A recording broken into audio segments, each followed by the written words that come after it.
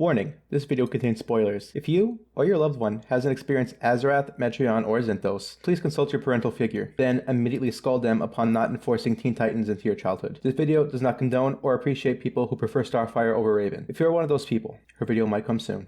Thank you. I was protected by the monks of Azarath. I was raised by my friends. They are my family. This is my home, and you are not welcome here. Azarath, Metreon, Zinthos!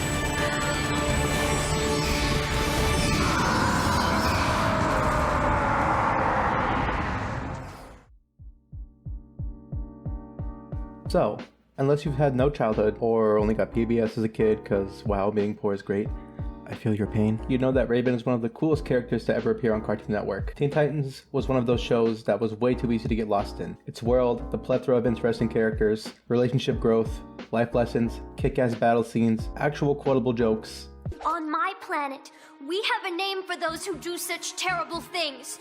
You are a glorbag warbler nelk. I'm a what bag? You heard the lady. Okay, maybe not the quotable part. And somehow, with so much to like, there's one character that stands out to lots of people, including myself. Raven. This emo chick probably single-handedly introduced many of our current highly acclaimed emo Twitch streamers to become what they are today. Now, you might be asking yourself, Richie, that isn't true. What about Chris Angel? Shut up! This is my show and I get to say what I want. No, but in all seriousness, this show holds a special place inside my no brain cell head. And I'm super excited to dive deep into Raven and create some fitting music for her. So, let's get into it.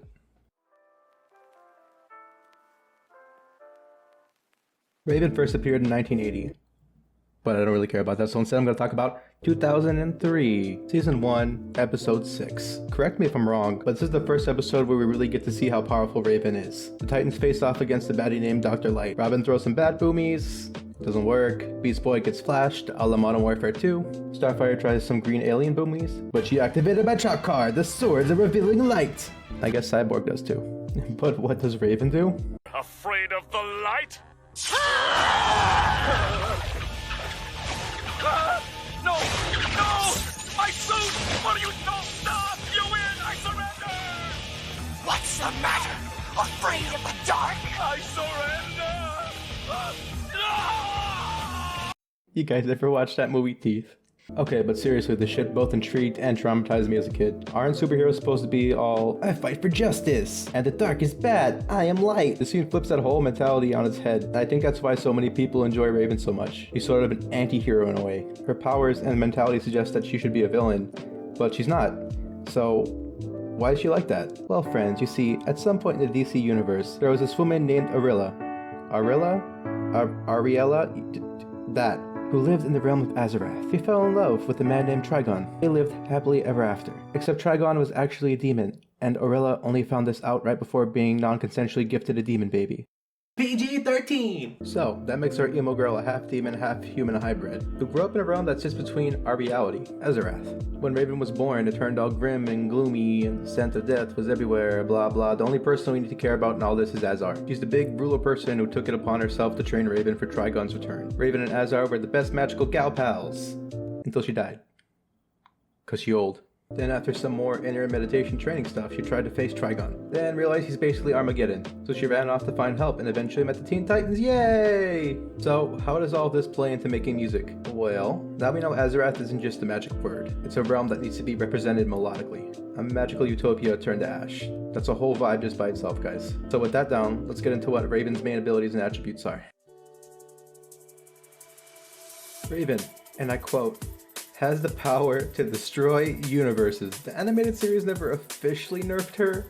They did make her lose some questionable matchups for lore reasons, which, you know, it's fine. Terra still sucks, but it's fine. Now, if we're talking specific abilities, the main ones we see are telekinesis, flight, dimensional travel, and whatever this is.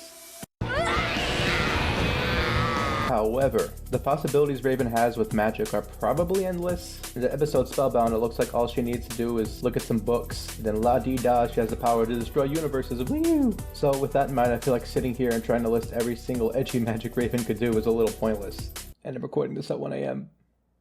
I need sleep, bro. Music Inspo Speed Round. You want a dark, a little edgy, DC hero inspired. We want it magical, but like Harry Potter magical, not Ubu Kawaii Girl magical. Azarath represent! I want it big. Final boss vibes. Style versus, fast paced. Think at 375, let cool, serve. Alright, so, being completely honest here, this song took me a long time to get right. My first initial thought when thinking about an instrument that could represent medieval magic was the harp, but it just ended up sounding like a lame Dollar Tree version of a Skyrim track. So instead, I ended up stumbling upon some bells that just screamed magic user to me.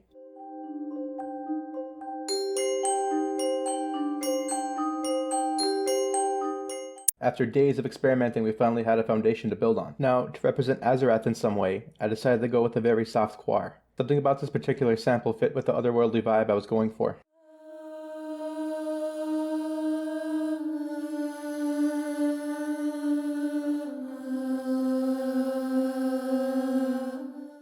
Then, it was time to get a little more intense, so we added some spiccato strings. DC likes to do this, so we did that.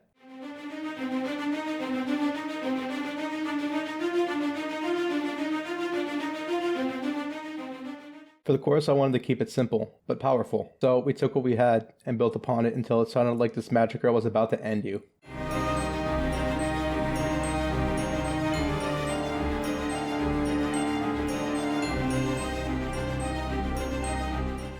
And for the verse, I wanted this to be soft, a way to represent Raven's peaceful and relaxed demeanor.